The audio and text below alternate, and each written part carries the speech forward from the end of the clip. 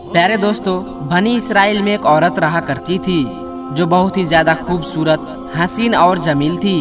उसके हुस्न का यह आलम था कि जो कोई भी उसे देखता उस पर फिदा हो जाता। लेकिन वो औरत बहुत ही ज्यादा बदकार थी, अपने हुस्न का गलत फायदा उठाती और लोगों से जिनाकारी किया करती थी। जिना करने के लिए वो लोगों से मोटी रकम लिया करती। वो जिनाकारी में इस तरह से डूबी हुई थी कि पूरी बस्ती वालों के साथ उसके नाजायज ताल्लुकात थे। वो जिना के पैसों से इतनी मालदार हो गई थी कि उसने अपने लिए एक बड़ा सा महल बनवा लिया था और जिना करने के लिए उसने अपने कमरे में सोने का पलंग बनवा रखा था। अब वो और भी ज्यादा मोटी रकम लेने लगी।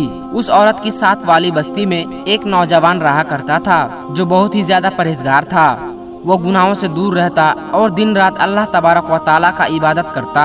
एक दिन वो नौजवान किसी काम से उस बस्ती से गुजर रहा था। वो बदकार औरत अपने महल का दरवाजा खोलकर बैठी हुई थी। जब वो नौजवान उसके महल के करीब से गुजरा, ना चाहते हुए भी उसकी नजर उस औरत पर पड़ गई। उसे देखकर उसने अल्लाह ताला के डर से अपनी नजरें झुका ली।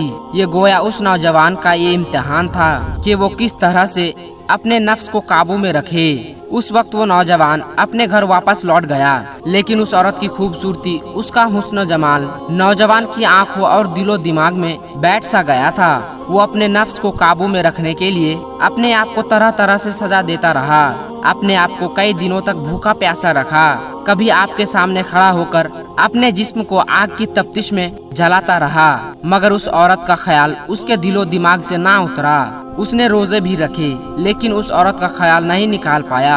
एक दिन उसको शैतान ने बहका दिया, तो उसने सोचा कि जब मैं इस ख्याल से नहीं निकल पा रहा हूँ तो उससे एक बार मुलाकात कर ही लेता हूँ। प्यारे दोस्तों, वो नौजवान उस औरत के पास गया और कहा, ये औरत, तू कितनी रकम लेगी मेरी ख्वाहिश को पूरा करने के लिए? उस औरत ने अपनी कीमत बता दी। रकम सुनकर ये नौजवान अपने घर वापस आ गया और अपनी जमा पूंजी इकट्ठा कर ली और कुछ सामान बेचकर उस औरत की रकम के बराबर पैसा इकट्ठा किया। फिर उस औरत को ले जाकर ये रकम दे दी। उस बदकार औरत ने उस नौजवान को अपने सोने के पलंग में बैठाकर उसके सामने छेड़छाड़ शुरू कर दी। वो नौजवान एकदम से बेचैन होकर कांपने लगा और सोचा कि इतने साल मैंने नेकियां की, इबादतें की, और अब ये क्या कर रहा हूँ? मैं जहन्नम की आग को भला कैसे बर्दाश्त करूँगा? कोई और मुझे देखे या ना देखे, लेकिन मेरा रब मुझे देख रहा है। बस इस ख्याल का दिल में आना था कि अल्लाह ताला का डर उसके दिल पर गालिब आ गया। और फिर उस नौजवान ने उस औरत से कहा कि ये औरत, मुझे छोड़ दे, मुझे जाने दे। मैं वो काम हरगिज नहीं करूँगा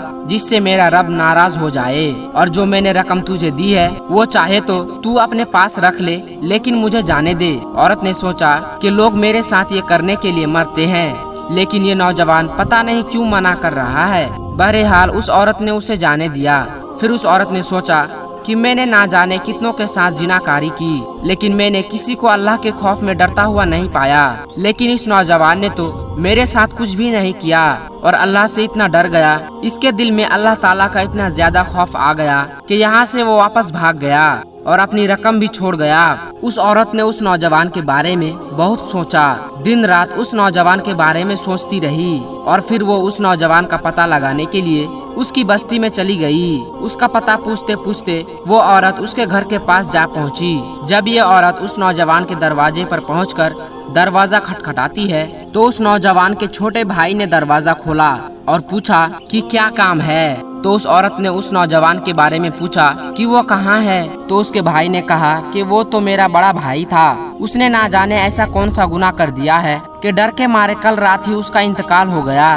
ये बात सुनकर वो औरत बहुत ज्यादा हैरान हुई और सोचने लगी कि उस नौजवान ने तो कोई गुनाह किया ही नहीं था, फिर डर के मारे अल्लाह के खौफ में उसका इंतकाल ही हो गया। और एक मैं हूँ, इतनी बदकार हूँ, रोज ना जाने कितनी गुनाह करती हूँ, कल कयामत में मेरा क्या होगा? ये सोचते ही उस औरत की आंखों में आंसू आ गए और फिर वो सच्चे दिल से अल्लाह के बारगाह में तौबा कर ली। और फिर उस नौजवान के भाई से उसने सारा वाकया बयान कर दिया। और फिर उस औरत ने नौजवान के भाई से कहा कि क्या तुम मुझसे शादी करोगे? तो फिर उस नौजवान के भाई ने सोचा कि इस औरत ने अल्लाह की बारगाह में सच्चे दिल से तौबा कर ली है तो अल्लाह ताला इसे जरूर माफ फरमाएगा। फिर उस नौजवान के छोटे भाई ने उस औरत से शादी कर ली। उस औरत ने अपनी बुराई के कमाए हुए तमाम दौलतों को बेच दिया। उसका जो महल था वो भी उसने बेच दिया। उसका जो सोने का पलंग था उस औरत ने उसे भी बेच दिया और अपने तमाम पैसों और जायदाद सब कुछ गरीबों में बांट दिया। और फिर उसके बाद उस औरत ने दिन रात सिर्फ इबादत करती रही और अल्लाह की इबादत में मशरूफ हो गई। ये औरत नेक और परहेजगार बन गई। इसके दिल में अल्लाह के लिए ऐसी मोहब्बत पैदा हो गई, ऐसा खौफ पैदा हो गया कि अब ये औरत किसी गैर महरम के पास जाना तो दूर, उसको देखना भी पसंद नहीं करती थी। ये औरत अल्लाह ताला के हुक्म पर चलने लगी। फिर उसके यहाँ 7 बच्चों की पैदाइश हुई। किताबों में आता है कि अल्लाह रब्बुल इज्जत ने उसके 7 बच्चों को मकाम बिलायत अता फरमाई। सुबहान अल्लाह। तो दोस्तों, आपने तौबा करने की बरकत को मुलायजा किया। अगर कोई बंदा सच्चे दिल से अल्लाह के बारगाह में तौबा करे तो कितना बड़ा ही गुनाहगार क्यों ना हो, सच्चे तौबा की बरकत से अल्लाह अपने बंदों के बड़े गुनाहों को माफ फरमाता है। दोस्तों, हम सबको भी चाहिए कि अगर हमसे जाने अनजाने में भूल हो गई हो, कोई भी गुनाह हो गया हो, तो अल्लाह ताला से सच्चे दिल से तौबा कर लेने में ही भलाई है। क्योंकि दोस्तों, अल्लाह ताला तो रहमान है, रहीम है, करीम है, सत्तार है, गफ्फार है। वो अपने बंदों से एक माँ से 70 गुना ज्यादा मोहब्बत करता है। वो अपने बंदों के गुनाहों को माफ फरमा देता है। अल्लाह रब्बुल इज्जत की बारगाह में दुआ है कि अल्लाह तबारक व तआला हम सबको हर तरह के गुनाहों से बचने की तौफीक अता फरमाए और जो गुनाह हमसे जाने अनजाने में हुए अल्लाह उन गुनाहों को माफ फरमाए। दोस्तों, आज की इस कहानी से आपने क्या सीखा, अपनी राय कमेंट सेक्शन में जरूर बताइएगा और साथ ही साथ इस खूबसूरत कहानी को अपने दोस्त अहबाब के साथ जरूर शेयर करें। मिलते हैं एक और ऐसी दिलचस्प कहानी के साथ, तब तक के लिए खुदा हाफिज।